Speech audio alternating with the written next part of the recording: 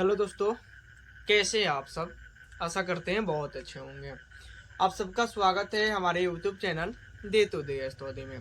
तो चलिए आज हम आप लोगों को बताने वाले हैं जितने भी उदाहरण हैं अध्याय 1 के प्रश्नावली 1.2 से पहले जितने भी उदाहरण है वो सब उदाहरण आप लोग को बताए जाएंगे और इसी वीडियो में। तो देखिएगा 5 नंबर उदाहरण जो कह रहे हैं वह आपसे कह रहा है कि संख्याएं 4n पर विचार कीजिए। यानी आपको विचार करना है जहां n एक प्राकृतिक संख्या है, n एक प्राकृतिक संख्या है, तो जांच कीजिए कि 4n कभी शून्य पर समाप्त होता है। यानी कह रहा है कि आपके पास 4n दिया गया है, ठीक है, और n एक प्राकृतिक संख्या को दर्शा रहा है। तो आपको बता रहा है कि 4n जो है क्या यह कभी 0 पर समाप्त हो रहा है। यानी कहने का मतलब कि अगर हम n का मान 1 2 3 तक ऐसे अनंत तक रखें तो क्या यह कभी 4n है 0 पर समाप्त होगा, यानी इसका मान 0 आएगा। तो चलिए रख कर देख रहे हैं। जैसे कि 4 है तो हम 4 रखेंगे और n की जगह पे 1 रखें तो 4 के पावर 1 का मतलब 4 ही होता है। अब 1 की जगह 2 रखें तो कितना होता है 16। 2 की जगह अगर 3 रखें तो कितना होता है 64। यानी आप देखिएगा तो यह बढ़ते जा रहा है और यह कभी 0 पर समाप्त नहीं हो रहा है। यानी आप जैसे कि 4 के पावर में अगर 0 भी रखिएगा तो इसका मान 1 होता है, जो कि हम नहीं रखेंगे क्योंकि हमसे प्राकृतिक संख्या कह रहा है, पूर्ण संख्या नहीं कह रहे। इसका 0 रखने पर भी मान कितना आ रहा है 1 आ रहा है। यानी यह कभी 0 पर समाप्त नहीं होगा। तो लिखेंगे तो या कभी भी शून्य पर समाप्त नहीं होगा। यदि इसका स्क्रीनशॉट लेना चाहते हैं तो स्क्रीनशॉट ले सकते हैं। अब देखिएगा आप उदाहरण नंबर 6। उदाहरण नंबर 6 आपसे कह रहे हैं कि संख्याओं 6 और 20 के अभाज्य गुणनखंड विधि से HCF यानी मासा और LCM यानी लासा ज्ञात कीजिए। तो देखिए यह बहुत ही आसान है। जो संख्या दिया है उसे लिख लेंगे। तो यहाँ पे हम लोग लिख रहे हैं हल। पहला संख्या जो है वह हमारे पास 6 है, तो हम लिखेंगे 6। क्या 6 का LCM निकालेंगे तो 6 को हम लिख सकते हैं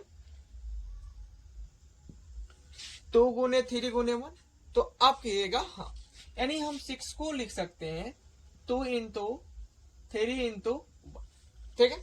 उसी प्रकार आप देखिए तो 20 है, तो 20 को हम क्या लिख सकते हैं, यदि आपको नहीं है निकालने आ रहा है तो आप एलसीएम निकाल सकते हैं। 2 से कटाइएगा 10, पुनः 2 से कटाइएगा 5, 5 से कटाइएगा 1। यानी यह जितने भी आए हैं इनको हम लिखेंगे, यानी 2 गुने 5 गुने 1। अब देखिए हमें सबसे पहले एचसीएफ निकालना है तो हम एचसीएफ निकालेंगे। तो एचसीएफ बराबर होता है ना कि इन दोनों में एक जैसा अंक यानी कॉमन। तो आप देखिए दोनों में एक जैसा अंक आपको क्या दिखाई दे रहा है, तो आप कीजिएगा कि यहाँ पे तो 1 2 है और एक आप देख लीजिए तो यहाँ पे 1 है। 1 लीजिए या नहीं लीजिए उससे कोई फर्क नहीं पड़ेगा, लेकिन जब गुना कॉमन नहीं होता है, उभयनिष्ठ नहीं होता है, तब एक ही लिया जाता है। तो आप यहाँ पे देखिए तो 2 गुने 1, 2 में 1 से गुना कीजिएगा तो आपके पास 2 होगा। यह तो जो हुआ आपका एचसीएफ हुआ। अब हमको निकालना है एलसीएम, ठीक है। तो एलसीएम निकालेंगे। देखिए एलसीएम जो होता है इसके लिए फॉर्मूला हो जाता है पहली संख्या गुने दूसरी संख्या वते एचसीएफ, ठीक है। तो आप पहली संख्या देखिएगा तो आपके पास 6 है और दूसरी संख्या देखिएगा तो आपके पास 20 है। एचसीएफ जो आया है वह आया है 2, यानी लिखेंगे 2, काटेंगे कितना आएगा यहाँ पे 3 आएगा। 20 के पहाड़ा आप 3 बार पढ़िएगा तो 20 3 7 होगा। या तो पहला विधि हुआ जो कि आप फॉर्मूला लगाकर निकाल लिए, जैसे कि 2 अंक दिया था इसलिए। लेकिन अगर 3 अंक दे तो कैसे निकाले, तो देखिए इसी को हम दूसरी विधि से एलसीएम निकाल रहे हैं। तो दूसरे विधि से आप एलसीएम निकालिएगा तो क्या होता है कि जो एचसीएफ है उसे लिख लीजिए, तो एचसीएफ 2 है लिख लिए। इसके बाद जितना भी अंक दिखाई दे रहा है उसे लिखिए।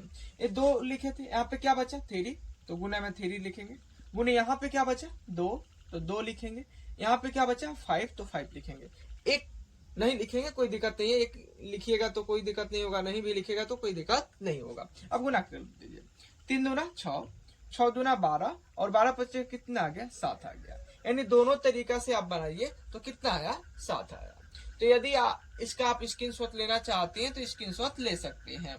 ठीक है, आपके पास उदाहरण 7 है और आप उदाहरण 7 जो है वह आपसे कह रहा है कि अभाज्य गुणनखंड विधि द्वारा 96 और 404 का एचसीएफ और एलसीएम ज्ञात कीजिए। ठीक है, तो चलिए आप देखिए, अभी आपको बताएं कि जो भी संख्या दिया है उसे हम सबसे पहले तोड़ लेंगे अभाज्य संख्या के रूप में। तो जैसे पहला दिया है 96, तो हम 96 को तोड़ेंगे। तो आप देखिए यहाँ पे 96 को हम तोड़ रहे हैं, तो 96 को तोड़िएगा 2 से तो 48 होगा, पुनः 2 से तोड़िएगा 24 होगा, 2 से 12, 2 से काटिएगा 6 और 2 से काटिएगा कितना आएगा 3, 2 3 आएगा। यानी 2 2 4 1 5, 2 कितना बार आया तो 5 बार। तो क्या हम लिख सकते हैं 2 के पावर 5 गुने 3 कितना आया 3 के पावर 1। ठीक है, अब दूसरा जो संख्या है वह आपके पास है 404। 404 ठीक है, तो अब 404 इनको लिखेंगे। तो 404 2 से काटेंगे आएगा 202, 2 से काटिएगा कितना आएगा तो यह आ जाएगा 101। और 101 जो है नहीं काटेगा क्योंकि यह अभाज्य संख्या ही है।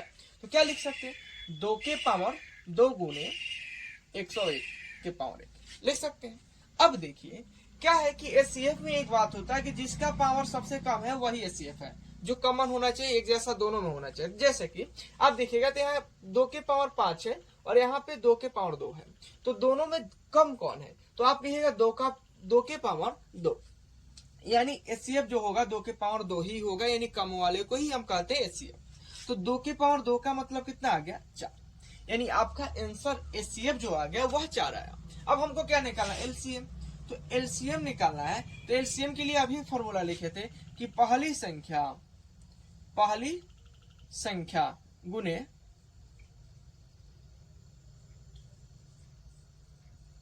दूसरी संख्या वते एचसीएफ।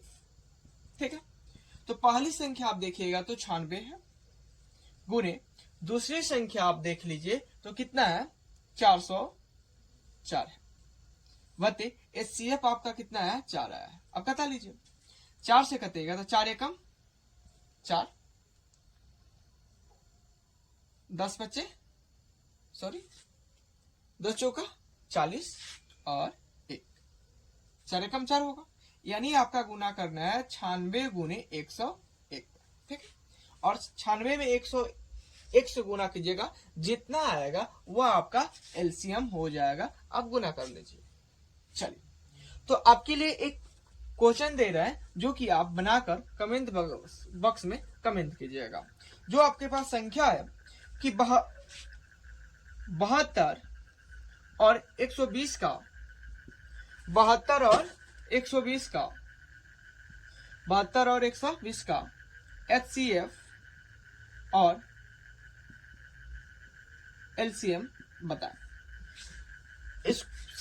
इस प्रश्न को आप कमेंट बॉक्स में बनाकर आंसर कमेंट कीजिएगा।